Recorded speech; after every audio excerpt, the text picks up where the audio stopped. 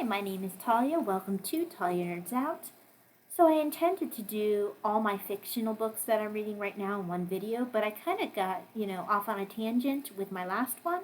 So I will actually be covering in this one Jane Austen July and Book Trek. So I wasn't intending to take part in Book Trek, but I started watching let me see if I can pull up his name. Let me see. Because it's going to bother me if I can't remember his name. I should have had this ready to go.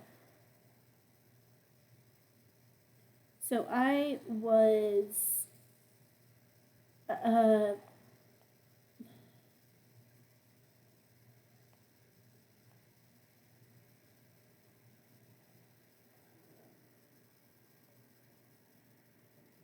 Okay, so I was watching Read by Fred, and he was, first of all, I think it's awesome that you're wearing the Star Trek uniform for the science, or I guess it's the sciences, it's engineering sciences. That's the yellow uniform. So I approve of that being your Star Trek uniform choice. If you don't go with the medical blue, I approve of the yellow for engineering / sciences. Although, why does Worf wear? Because Worf wears yellow at first, doesn't he? I know he moves to red later, but I thought he started off with yellow. Not sure, I can't remember. It's been a little while since I've watched the show, but I thought when Worf first started off, he started with yellow. I could be misremembering, though. Because I know that Data and Geordi wear yellow, but that makes sense. I thought Worf used to wear yellow. Anyway, but Fred was talking about his book that he was reading for Book Trek, and I've been reading some fairly heavy books recently that I've been doing a lot of annotation on. I just wanted something light, so I decided to go with a reread. And I'm not sure if this will count for I'm not sure if the Western Challenge is still happening. I'm gonna have to look into that. Something about Home on the Range. I need to take a look into that. But this kind of overlaps. This book is called. It's an old favorite of mine. It's called Ishmael. It's a Star Trek original series book. It's from the Pocket Books collection. It was book 23.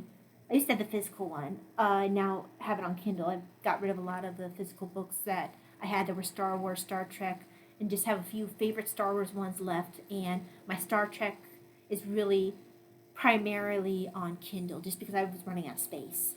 And now I'm filling up that space again with books, and I need to clear out space from other things. This is by Barbara Hambly. And this is the cover. Now, of course, if this wasn't on my paper white, this would be in color. I think it was a yellow cover. I can't remember. And as you can tell, you've got, whoopsie. It's got a Western. It's got a time storyline, and you've got the West involved. I don't want to go into too much more detail, but the cover gives that part away. Spock's obviously dressed for the West, as are the other people in that picture. So, this is one that I've always enjoyed a lot. I enjoyed it just as much as I remember enjoying it. I have other Star Trek books that if I decide that I just want to have another quick read, I can pick them up again and read them. Because I read this in about less than 6 hours. I can knock out a Star Trek book really quickly. It's not like I'm reading War and Peace or something. It's just a nice, fun read. I did have a few notes in here where I appreciated ways that Hambly worded things, where the description was very visual, so I could picture it. I like the turn of phrase, whatever. So I have a couple things in here that I made note of that I liked that she said and the way she wrote it. But other than that, there's not a lot of it's not like I'm like reading the Mies or even like me tearing apart poor sort of Shannara's Terry Brooks's writing style at that point. Um, this is just a nice light read that I don't want to put too much thought into. I can just enjoy. But um, I do have a couple of other ones I might pick up if I feel like doing so, because Book Trek takes place over the summer. So there's a couple of other ones that I've thought, oh, that might be nice to, read if reread if I feel like I have the time. One of them is Star Trek: The Next Generation reunion, and this is a reunion of it's a meeting of Picard's old Stargazer crew and his current Enterprise crew, and the two crews coming together, and there being a story coming from that. Um, and it's a story that I've always enjoyed. Um, so I might revisit that one. I don't want to go too much into detail for that, but it's a storyline that I've always enjoyed. A lot of well written characters in that. This is a Michael Jan Friedman book. He writes quite a bit of Star Trek books. Um, then I also have one that sounded interesting, but I haven't actually read this one yet. It just sounded like one that I'd be interested in reading. I'm going to bring up the details for it. Contest of Principles is a Star Trek The Original series. And they're talking, apparently, the Kirk and the Enterprise have been dispatched by Starfleet to serve as impartial observers for this one planet's first free elections, but they need to remain neutral. But Kirk has to confront a tangled web of scandal, conspiracy, and assassination plots, with the stability of entire sector at stake. To make matters worse, Dr. Leonard McCoy has vanished while on a mission of mercy to a neighboring planet only a system away. With Kirk unable to abandon his vital mission on Vok to hunt for his friend, it's up to First Officer Spock and Christine Chapel to lead a team in search of the missing doctor, even if it means risking whatever fate befell McCoy. So, yes, that just looks like... Honestly, if you have a plot that's either Spock focused or Worf focused, yeah, I'll probably be drawn in. Particularly Spock, but if it's Worf focused, I will be drawn in as well. The other one was a reread that I'm interested in. It's called The IDIC Epidemic, it's an original series one.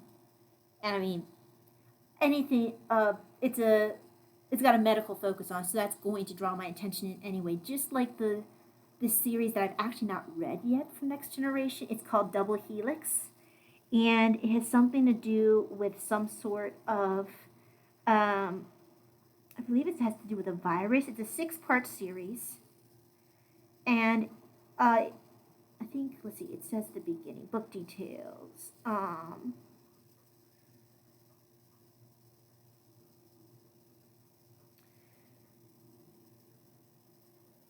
So yeah, it's another epidemic storyline, but it covers it covers a series of 6 books. So that just sounds like it'd be up my alley. I just have not read that yet. I'm not sure if I'll get around to it this time around, just because I'm kind of coming into Book Trek a little bit later.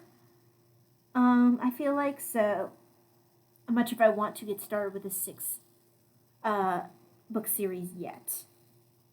The other one that, so I'm going to bring up my current reads, or my TBR, is for just a couple other fun ones I might want to touch on again.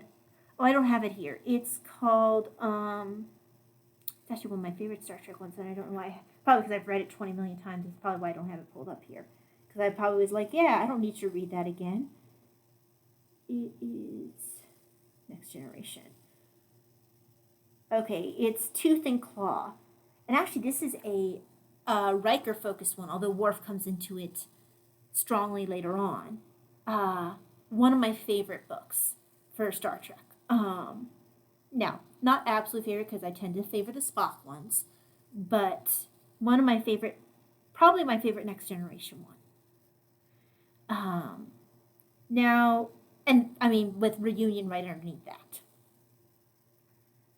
Now, if I don't want to start the new Double Helix series, I might do another, I might do more of a like candy kind of read, which there's a Star Trek Next Generation X-Men crossover one called Planet X that, gosh, I read that a long time ago, and I haven't read it for many years. So I might reread that one because I mostly remember the cast of characters. I remember the basic details, but it's been a long time. I know Storm's in it.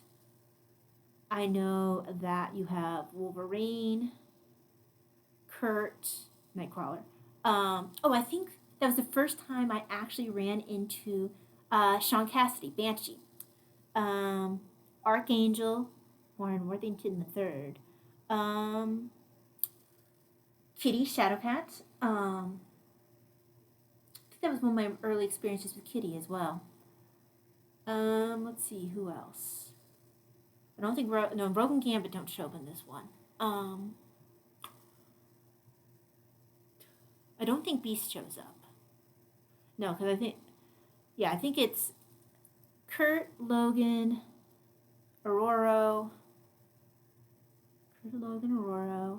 Sean, Kitty, Warren.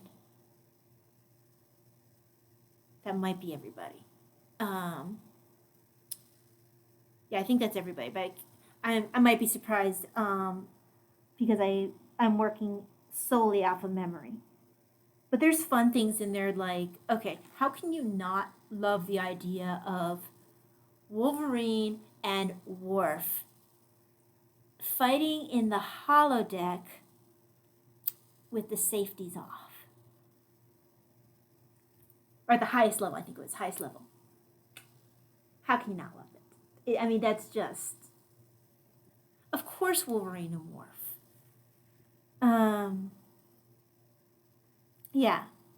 So, it was just, I'm going to have to possibly reread that. That would be a really quick read because, let's see, how many pages is this? Because it's not like it's the first time I've read it. Yeah, it's only 288 pages. I can knock that out in a few hours. Because that's only, it's a reread, and it's not anything intense. So it might be a nice palate cleanser because I had a very intense reading period today, and that will actually bring me into Jane Austen July. So this is The Pride of the Moment, and this is Encounters in Jane Austen's World by John A. Dusinger. Let me tell you, I have to keep my dictionary nearby when I'm reading this. My writer's dictionary, my OED, just because you can tell this is possibly written for a college class.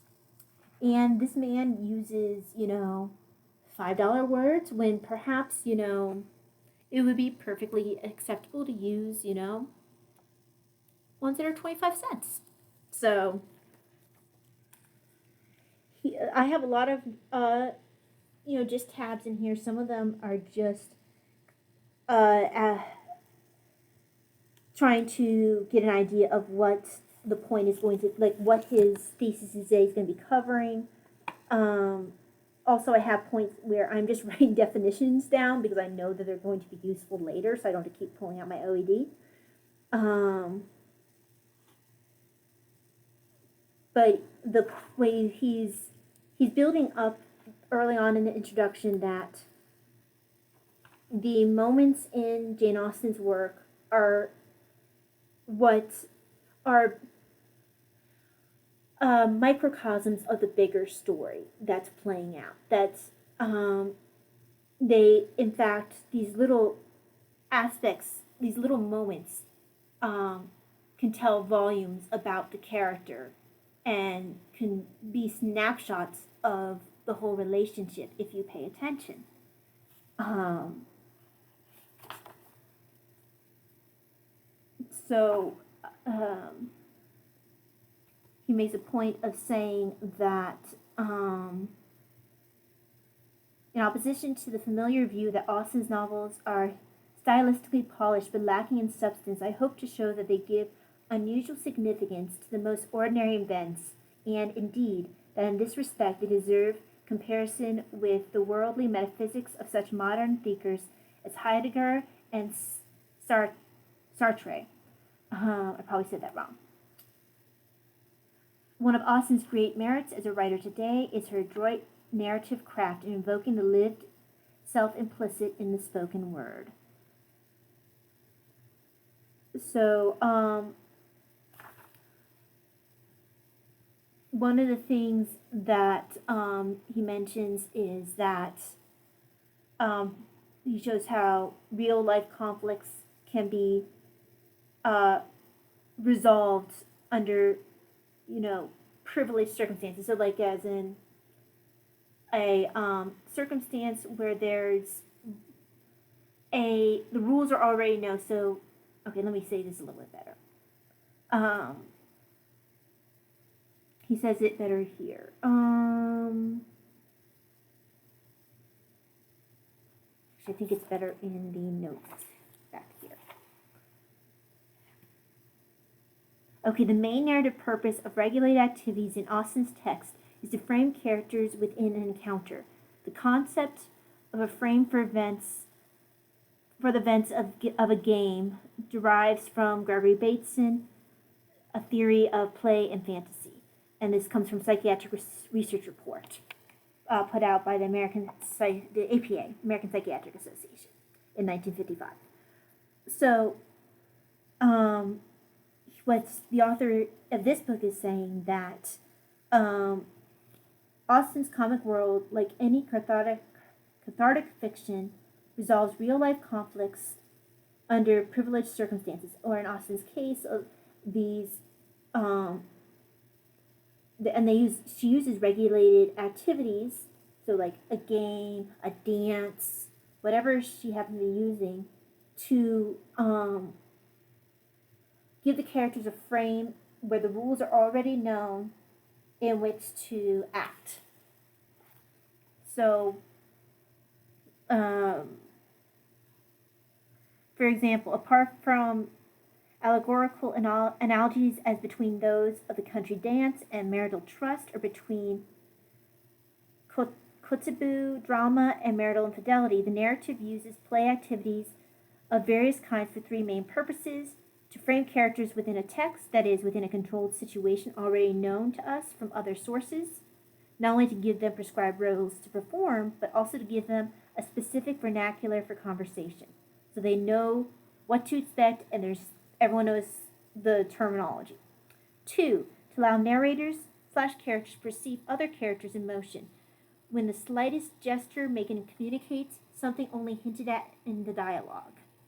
So, for example, an example given from Northanger Abbey, where they're talking about how if you say that you are taken by someone for that dance, then you cannot go and dance with someone else until you've fulfilled your obligation to the other person. So you were spoken for 2 dances, for the first dance or the second dance, or the first and second dance.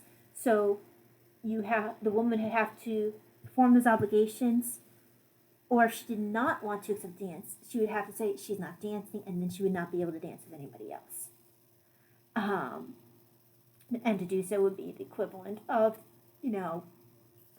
breaking her word, or if she was to say she wasn't dancing and then choose to dance after saying she wasn't dancing, then she would be seen as being especially dishonest. And this comes up in Northanger Abbey. This also actually comes up in a Frances Burney book. It's one that I read. I want to say it was Frances Burney book. Let me bring up the title.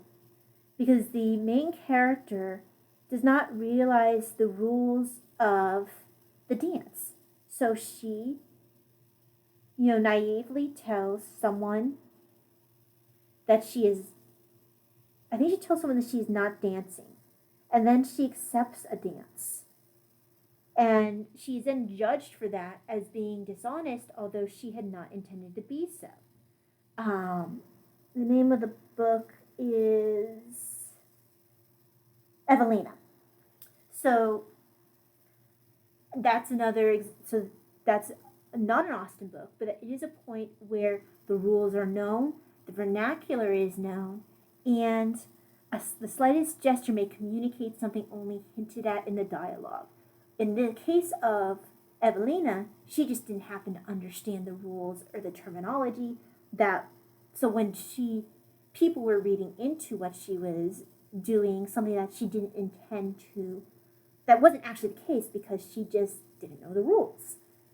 But in the case of certain characters in Northanger Abbey, the rules were known, but they were being deceptive. And so their actions within the confines of the dance hinted at what was to come and hinted at deeper character. Then 3, to render the third, reason, or the third way the narrative uses play activities of various kinds, another purpose for narrative use play activities, is to render characters' emotions, whether excited, bored, or depressed, while engaging with another in some performance. So you get to see the different characters and how they react to an event, and then draw conclusions of those characters from that event. I mean, you see that when you first meet Mr. Darcy in Pride and Prejudice. He comes to the dance, and although ladies are plentiful and there were not nearly enough men, he refused to stand up and dance with any except those in his own party. And that was seen as being stuck up and as being a slight because of what was expected, what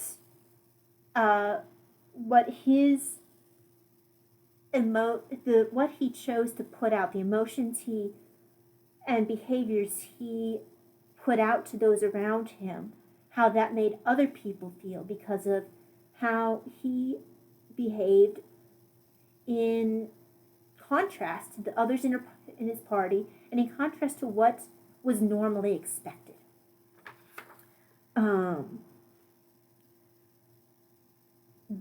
So there's also, let's see, anything else I want to hit up.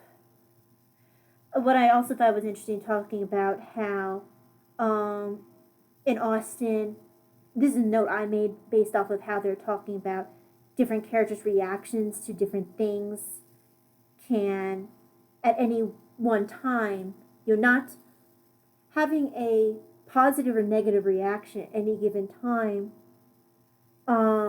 doesn't say the same thing about all characters. So the note I wrote on the side is, in Austen, no one is a simple caricature. They're like flesh and blood people who can make both good and bad decisions in varying levels of good or bad. So this is a very thick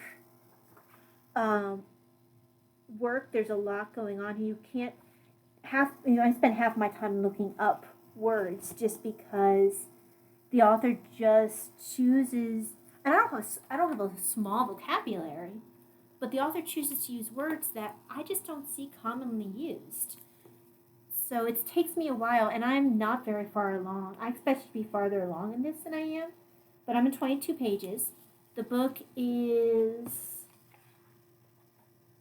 I guess if I don't include the footnotes, although I do read the footnotes, it's 184 pages if I don't include the footnotes, although I do absolutely read the footnotes as I go.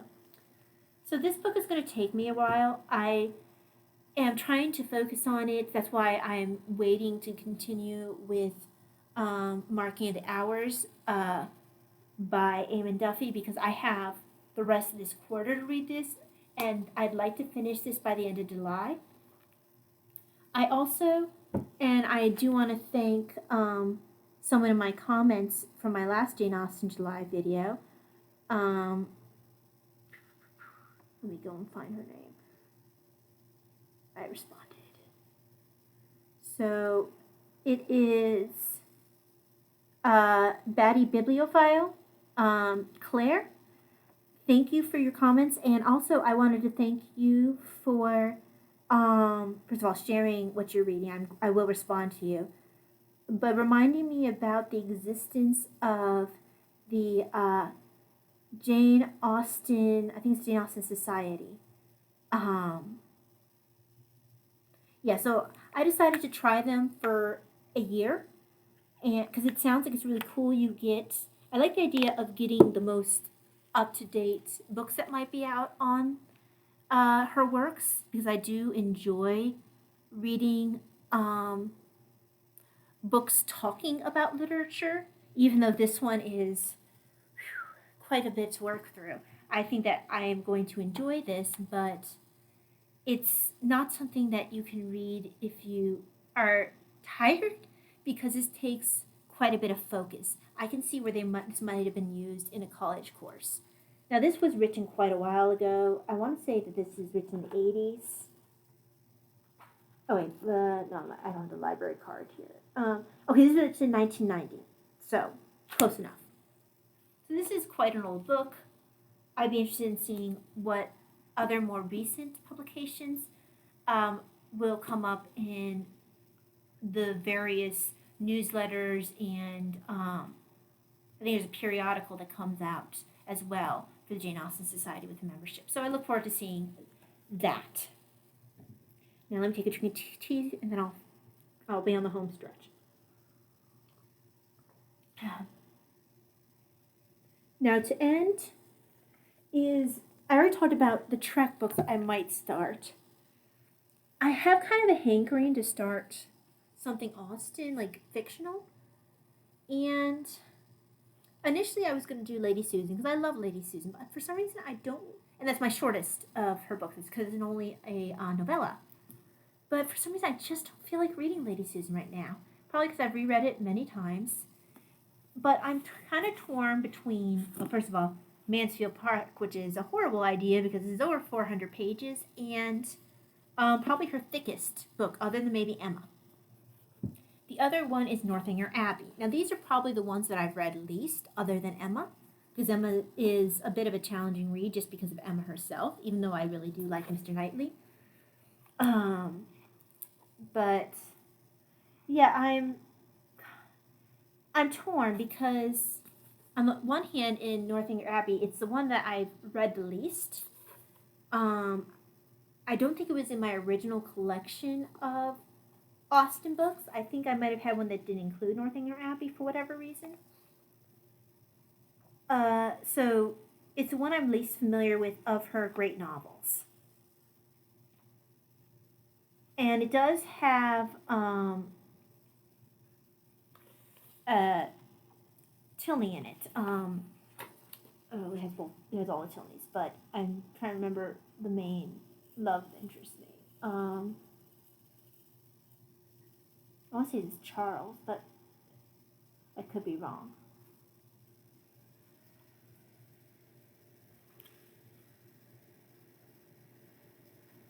I know Mr. Tilney is a clergyman. I'm just trying to remember what his first name is.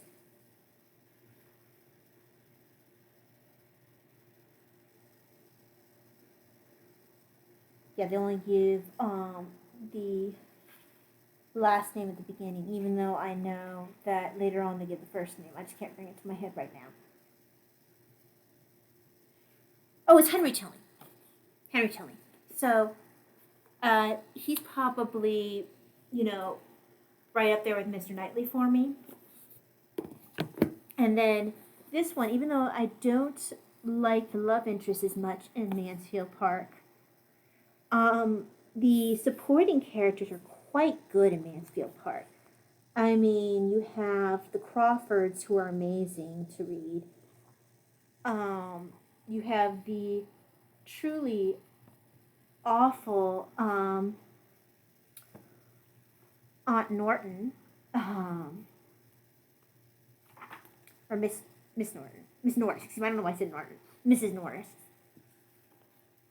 which I believe isn't that the cat from Harry Potter, the one that's is always creeping around and tattling on everyone. Isn't that cat's name Miss Norris? I don't remember. I'm not really a Harry Potter person, but I seem to remember that. Anyway, there's a lot of good in this book, and I kind of want to reread it, but I'm also not sure I want to start another thick book. I have a lot of thick books going right now, and I don't know that I want to necessarily pick up another one.